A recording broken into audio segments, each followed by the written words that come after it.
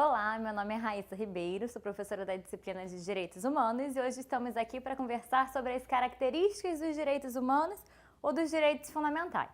Bom, a questão relativa aos tratados internacionais e a sua incorporação ao ordenamento jurídico pátrio, ela foi muito discutida aqui no Brasil. Primeira ideia que você tem que ter é como funciona um tratado internacional. Não é simples. Você imagina um texto legal que possa visar atingir o maior número de países no mundo inteiro. E é muito complexo isso. Qualquer definição, qualquer tamanho de força normativa, ela tem que ser pensada de uma forma muito clara, muito tranquila, muito leve, para que ela possa ter efetivamente o maior número de países signatários. A ideia deles é essa. A gente quer que o maior número de países possíveis seja signatário de um tratado. Então, você imagina que aí você vai e consegue constituir um tratado internacional de direitos humanos. O Brasil discute isso na sua diplomacia interna e resolve ser signatário desse tratado, dizendo, olha, o Brasil concorda com essas normas mínimas de direitos humanos que são aplicadas nesse tratado. E aí a nossa questão era a seguinte: como é que isso vai ser incorporado no direito pátrio? Isso vai ser incorporado imediatamente? Ou isso depende de uma nova aprovação no Congresso Nacional? E aí teve uma discussão doutrinária muito forte.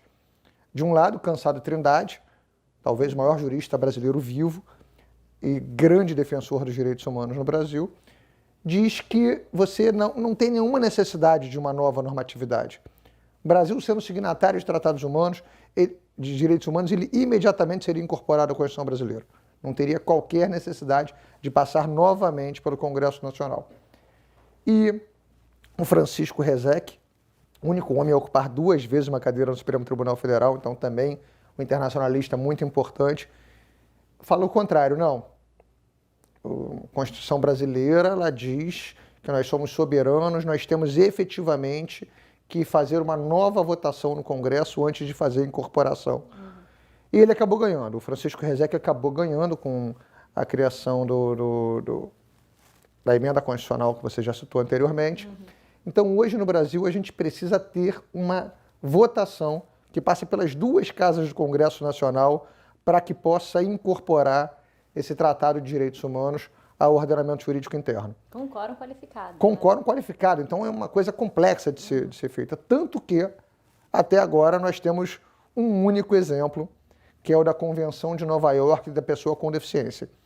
É uma convenção de 2007 que passou por esse quórum qualificado, foi aprovada e hoje é o nosso exemplo, o nosso caso a ser tratado aqui.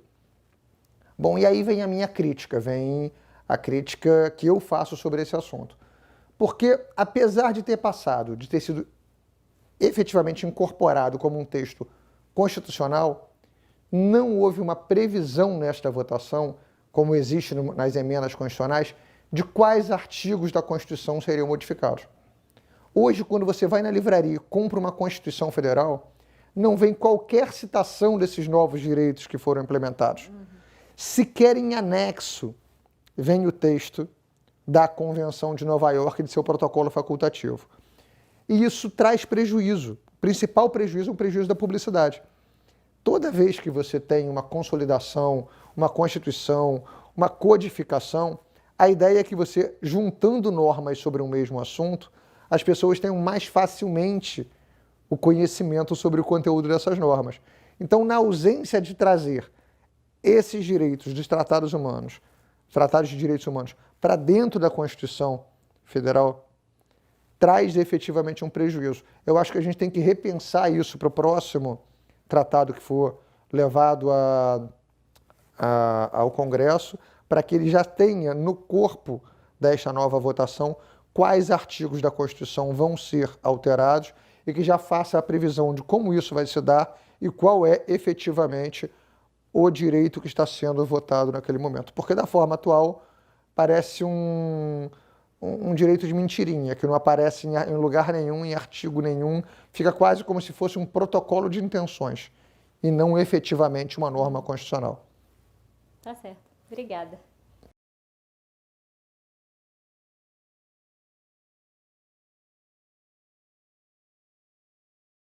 Gente, então a crítica que o Luiz traz pra gente é que apesar da gente ter uma posição central desses direitos fundamentais no topo constitucional, no topo da pirâmide de Kelsen, fazendo parte do bloco de constitucionalidade, o bloco de constitucionalidade ele acaba sendo esparso, o que faz com que a gente não consiga entender com integralidade todos esses direitos ou todas essas disposições. No entanto, é importante a gente frisar para essa característica que os direitos fundamentais, de uma forma ou de outra, ocupam posições centrais dentro do direito internacional e posições centrais dentro do direito interno. Uma outra característica que nós temos é a chamada fundamentalidade, fundamentalidade formal e fundamentalidade material. Observe o seguinte, quando eu digo que um direito ele tem fundamentalidade formal, significa que ele passou por um procedimento específico de aprovação em que ele se encontra positivado. Então, por exemplo, os direitos previstos no artigo 5º da Constituição, que é o principal artigo que traz os direitos individuais, eles são dotados de fundamentalidade formal. No entanto, existem outros direitos, como a gente falou, os direitos implícitos, que não estão previstos de forma expressa em texto constitucional, em tratado internacional, em local nenhum. Por exemplo, o direito ao esquecimento. O direito ao esquecimento é um direito que não está previsto, pelo menos no dia de hoje, na data de hoje, não está previsto em nenhum documento jurídico. Mas o direito ao esquecimento é entendido como direito fundamental, porque ele é derivado, direto ou indiretamente, da dignidade da pessoa humana. Disse que o direito ao esquecimento é derivado da dignidade da pessoa humana de forma indireta e derivado diretamente dos direitos de personalidade, a exemplo do direito de privacidade. Direito dotado de fundamentalidade material é aquele que não precisa estar positivado, mas que é essencial para o desenvolvimento da dignidade da pessoa humana. Então a gente fala em duas formas de fundamentalidade. Fundamentalidade formal são aqueles direitos que passaram por um processo de aprovação, são aqueles direitos que foram positivados. Fundamentalidade material diz respeito ao conteúdo. São direitos materialmente constitucionais,